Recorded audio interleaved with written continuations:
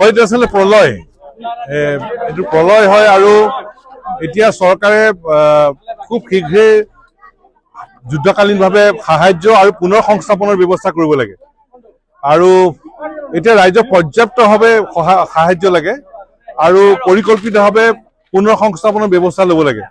অসম চৰকাৰে গতানুগতিকভাৱে যি ধৰণে সাহায্য দি থাকে বা গতানুগতিকভাৱে যদি পুনৰ সংস্থাপনৰ ব্যৱস্থা কৰিলে সেইটো কাম কৰিলে কিন্তু নহ'ব। এইবাৰ গতানুগতিক ব্যৱস্থাই কোনো কামত নিদিব।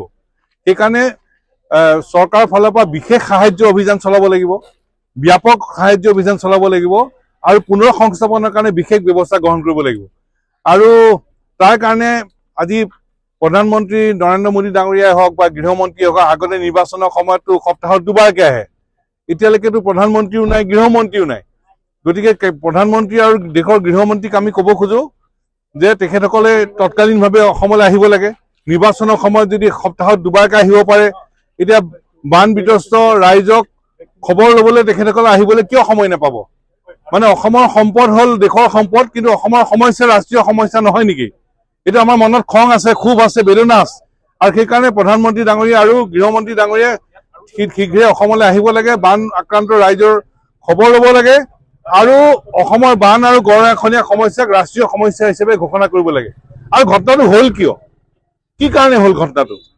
তাৰ কাৰণে IIT গুৱাহাটী বিশ্ববিদ্যালয়, ডিব্ৰুগড় বিশ্ববিদ্যালয়, তেজপুৰ বিশ্ববিদ্যালয় আৰু এই বিভাগত জড়িত থকা বিশেষজ্ঞসকলক জড়িত কৰি এটা তদন্ত কমিটি গঠন কৰিব লাগে, এটা ফেক্ট ফাইণ্ডিং টিম এটা গঠন কৰিব লাগে। ঘটনাটো কিয় হ'ল সেইটো আমি জানিব লাগিব।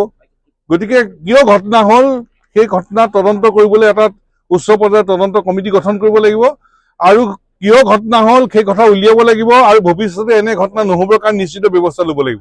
বিভিন্নজনে কৈছে যে কয়লাৰ খনন নাগালেণ্ডত আৰু বিগ ডেমৰ কথা উল্লেখ কৰিছে, সেই সন্দৰ্ভত কি ক'ব বিচাৰিব? যিকোনো ঘটনাই হ'ব পাৰে। ইয়াত এতিয়া ৰাইজৰ অভিযোগটো বহু অভিযোগ আছে, কোনোবাই কৈছে কয়লাৰ, কোনোবাই কৈছে ডেমৰ, বিভিন্ন অভিযোগ আহি আছে। কিন্তু আমিতো এক্সপাৰ্ট নহয়, এক্সপাৰ্ট যিসকল হয় তেখেতসকলক জড়িত কৰিব লাগে আৰু সেইকাৰণে কৈছোঁ যে গুৱাহাটী বিশ্ববিদ্যালয়, ডিব্ৰুগড় বিশ্ববিদ্যালয়, গুৱাহাটী IIT, আকৌ তেজপুৰ বিশ্ববিদ্যালয়ৰ বিশেষজ্ঞসকল আৰু এই বিষয়টোৰ লগত যিসকল বিশেষজ্ঞ আছে তেখেতসকলক লৈ এটা বিশেষজ্ঞ কমিটি গঠন কৰিব লাগে, তদন্ত কমিটি গঠন কৰিব লাগে, ফেক্ট ফাইণ্ডিং টিম এটা গঠন কৰিব লাগে। কিয় ঘটনাটো হ'ল এইটো বিচাৰি উলিয়াবই লাগিব আৰু এই ঘটনাটো কিয় হ'ল বিচাৰি উলিয়াব লাগিব, তাত কোন দোষী তেওঁলোকক জবাবদিহি কৰিব লাগিব আৰু ভৱিষ্যতে নোহোৱাৰ ব্যৱস্থা কৰিব লাগিব। সেই ব্যৱস্থা লাগিবই। কিন্তু আজিৰ তাৰিখত আটাইতকৈ জৰুৰী কথাটো হ'ল যে চৰকাৰে গতানুগতিক সাহায্য, গতানুগতিক পুনৰ সংস্থাপন সেই ব্যৱস্থাৰে কিন্তু কাম নচলিব। এটা বিশেষ অৰ্থনৈতিক পেকেজ ঘোষণা কৰিব লাগিব। এই বান আৰু গৰাখহনীয়া এইটো এটা প্ৰলয় এইবাৰ আৰু সেইকাৰণে এটা বিশেষ অৰ্থনৈতিক পেকেজ ঘোষণা কৰিব লাগিব। অসম চৰকাৰ আৰু কেন্দ্ৰীয় চৰকাৰ উভয় চৰকাৰে এটা বিশেষ অৰ্থনৈতিক পেকেজ দিবই লাগিব।